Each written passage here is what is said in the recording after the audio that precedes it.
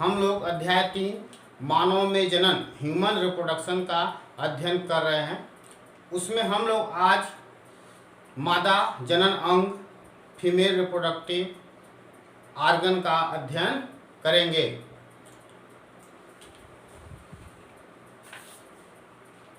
पहले वीडियो में भी हम लोग मादा जनन तंत्र के बारे में अध्ययन किए थे। उसमें किसका अध्ययन किए थे? बाह्य जनन जननेंद्रिय एक्सटर्नल जेनिटेलिया का।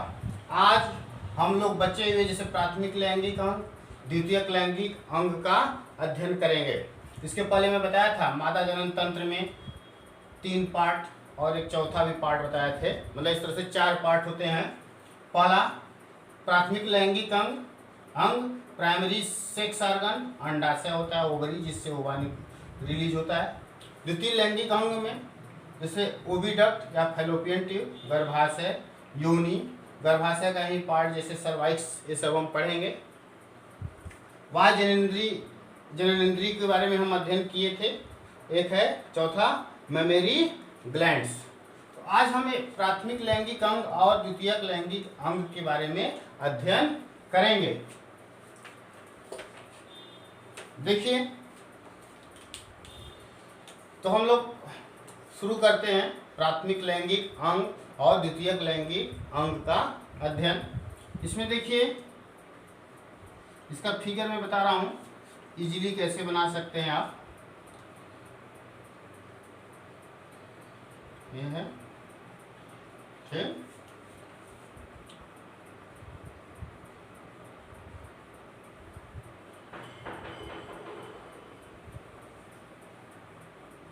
ये ठीक,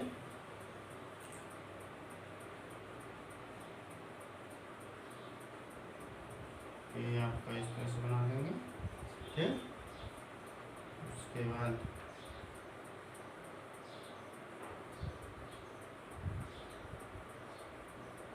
देखते हैं अभी पहले, फिर इसको आप सिंपली इस तरह से बनाएंगे।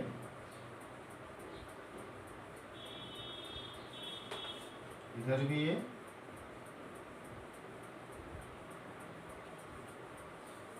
फैलोपियन ट्यूब,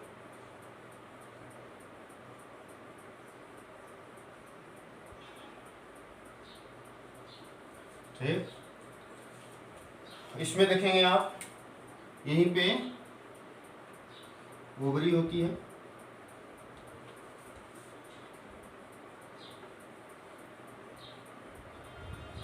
क्या है? ओवरी। ये अंडाशय है।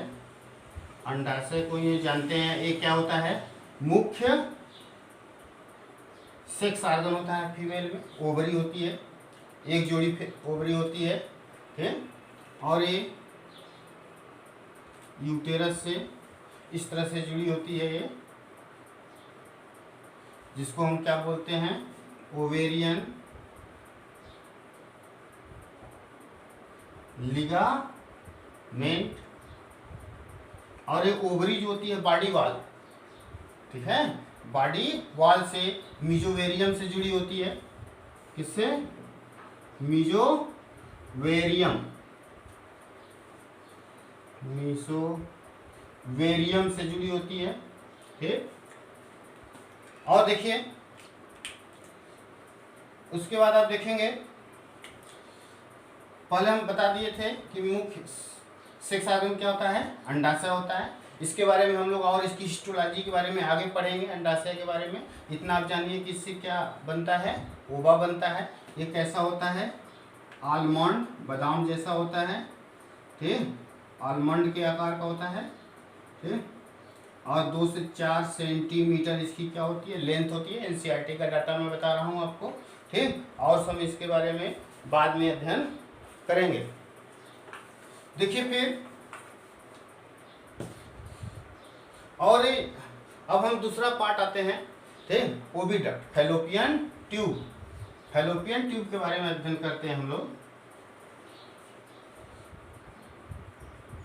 फैलोपियन ट्यूब, फैलोपियन ट्यूब को आप लोग जानते हैं, ओविडक्ट भी बोलते हैं ठीक है, अंडवाहिनी, क्योंकि इसी में अंड जो होता है, अंडा रिलीज होने के बाद आता है निषेचन होता है अंडवाहिनी।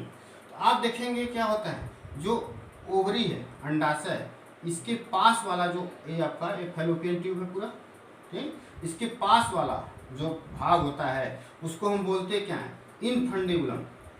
इनफंडिबुलम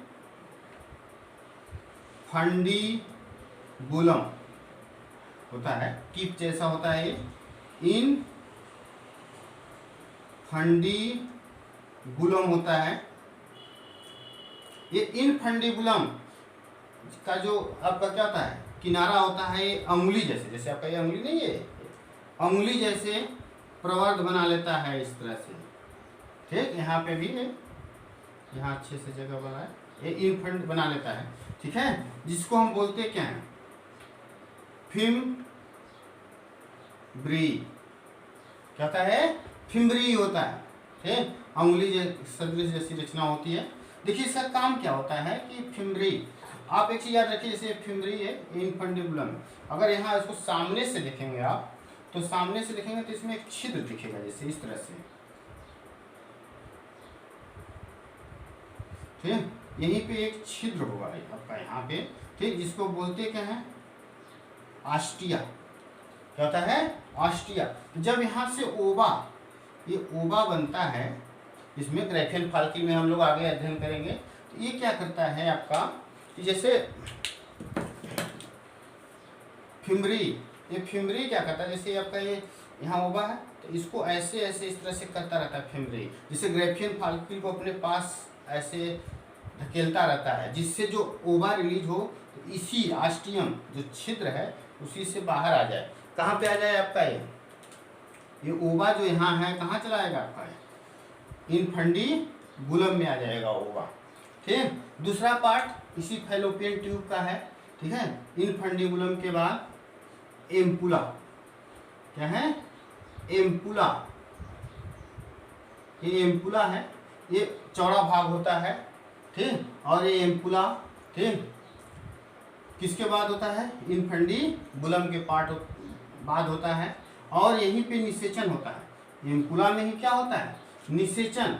एक क्वेश्चन पूछा जाता है कि फर्टिलाइजेशन कहाँ होगा, एम्पुला रीजन में, यहाँ पे, क्यों, क्योंकि यहाँ से आपका यहाँ एग आएगा और यहाँ से स्पर्म, ठीक है, जब आपका पेनिस के थ्रू या तो आपका आर्टिफिशियल इंसेमिनेशन के थ्रू जब ये स्पर्म यहाँ से पास करते हुए यहाँ आएगा, ठीक है, तो यहाँ पे क्या करेंगे, तो निषेचित। पहले एनसीईआरटी में देता था कि एम्पुला और स्थमस के जंक्शन में होता है, लेकिन उसको सुधार किया है उसने, एम्पुला रीजन में होता है। फिर देखिए अब, और इसी में जानते हैं सीलिएटेड कॉलुनर सीलिएटेड एपिथेलियम होती है, इसमें सीलिया होते हैं, सीलिया ही क्या करता है, ये जो ओवा यहाँ पे आता है इसको क्या करता है, फॉरवर्ड मूवमेंट कराता है। फिर देखिए इसका जो थर्ड पार्ट है फैलोपियन ट्यूब का, उसको हम क्या बोलते हैं, स्थमस, क्या है, स्थमस। स्थमस, इसका लिगमेंट बहुत ही सकरा होता है और जो यूटेरस से जुड़ा हुआ होता है। तो इस तरह से अगर हम देखें तो फैलोपियन ट्यूब या अंडवाहिनी, वो भी डक्ट के 3 पार्ट है, इनफंडिबुलम, एम्पुला और स्थमस, ठीक। देखिए फिर अब हम आते हैं कौन सा पार्ट है, ये गर्भाशय। गर्भाशय यूटेरस जो होता है उसको हम उम्ब भी बोलते हैं, क्या बोलते हैं, उम्ब, ठीक, उम्ब बोलते हैं। और ये आपका क्या होता है, ये इसका आकार उल्टे नाशपाती, जैसे नाशपाती को उल्टा करके रख दीजिए तो वैसे ही होता है, जैसे आपका नाशपाती देखेंगे, ठीक है, इस तरह से जैसे उल्टा रख देंगे तो वैसे ही ये आपका गर्भाशय होता है। और ये जो आपका यूटेरस होता है, यूटेरस, इसके 3 पार्ट होते हैं। इसका कौन कौन सा पार्ट होता है, fundus, body and cervix, 3 part होते हैं, फूको, बीड़ी, सिगरेट, 3 पार्ट होते हैं इसके।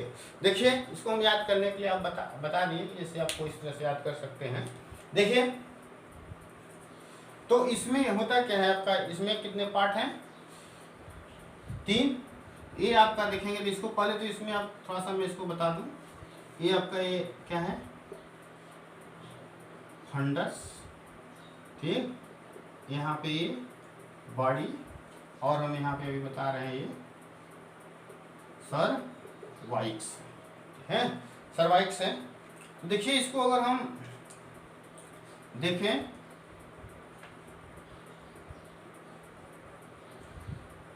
तो जो यूटेरस की वॉल होती है इसमें 3 लेयर होती है। कितनी लेयर होती है? 3 लेयर होती है। जैसे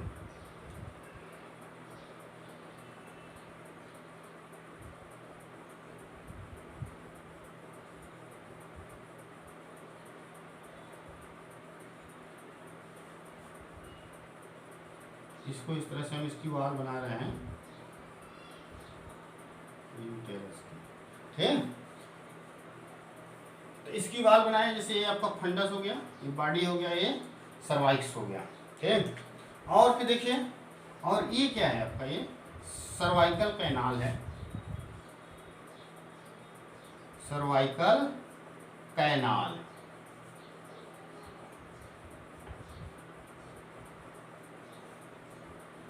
सर्वाइकल कैनाल है, ठीक।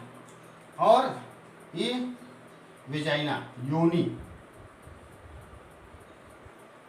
वेजाइना है, ठीक। इन दोनों को, किसको किसको, सर्वाइकल कैनाल एंड योनि, दोनों को मिलाकर के हम क्या बोलते हैं? बर्थ कैनाल, ठीक है। बर्थ कैनाल, क्योंकि अब इसको और इसको बोलते हैं दोनों को। यहाँ पे देखेंगे तो दो आपका, एक यहाँ पे ओपनिंग जैसी होती है और एक यहाँ, तो इसको बोलते हैं जैसे इंटरनल ऑस, इंटरनल ओरिफिस, और ये क्या होता है आपका एक्सटर्नल ओरिफिस। तो एनसीईआरटी में नहीं दिया है तो उसका हम डिस्कशन नहीं कर रहे हैं क्योंकि बहुत ज़्यादा हो जाएगा आपका ये।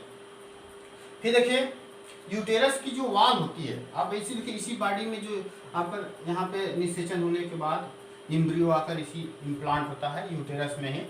तो जो यूटेरस होता है, यूटेरस में 3 वाल होती है। सबसे बाहर की जो वाल होती है, जो सबसे बाहर होती है, ये पेरीमाइट्रियम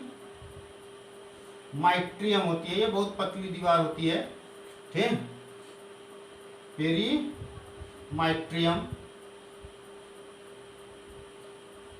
और ये इसके बीच में जो बीच मिडिल होती है, ये मायोमेट्रियम, मायोमेट्रियम होती है। मायो हिंदी में भी लिख रहा हूं मैं, मेट्रियम, लेकिन आप लोग इंग्लिश में ज़्यादा याद करने की कोशिश करिए।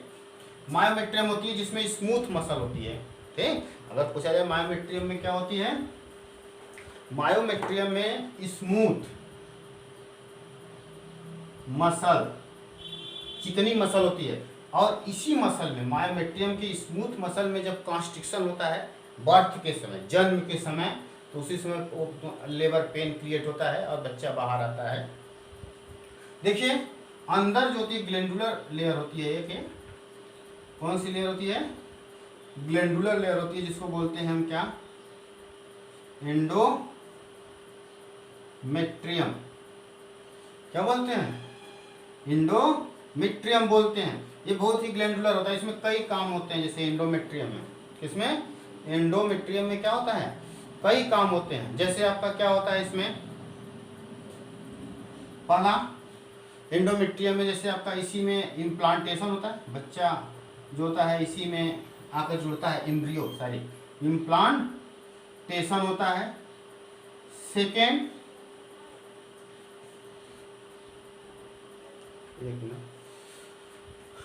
आपका जैसे क्या होता है इसी में आपका, इसी से एमसी के समय, मेंस्ट्रुअल साइकिल के समय भी ये एंडोमेट्रियम ही टूट टूट के गिरती है। और थर्ड आपका इम्प्लांटेशन हो गया, एमसी हो गया, ठीक है, और एमसी इम्प्लांटेशन, ठीक। ये सब फंक्शन आपका क्या होता है, और इसी से प्लेसेंटा भी बनता है, सॉरी क्या बनता है? प्लेसेंटा बनता है, ठीक है। इस तरह से आपका क्या है, पूरा फीमेल रिप्रोडक्टिव सिस्टम है। इसका मैं नोट्स भी भेज दूंगा, आप लोग फिगर बना लीजिएगा, ठीक है, और उसको नोट्स कर लीजिएगा।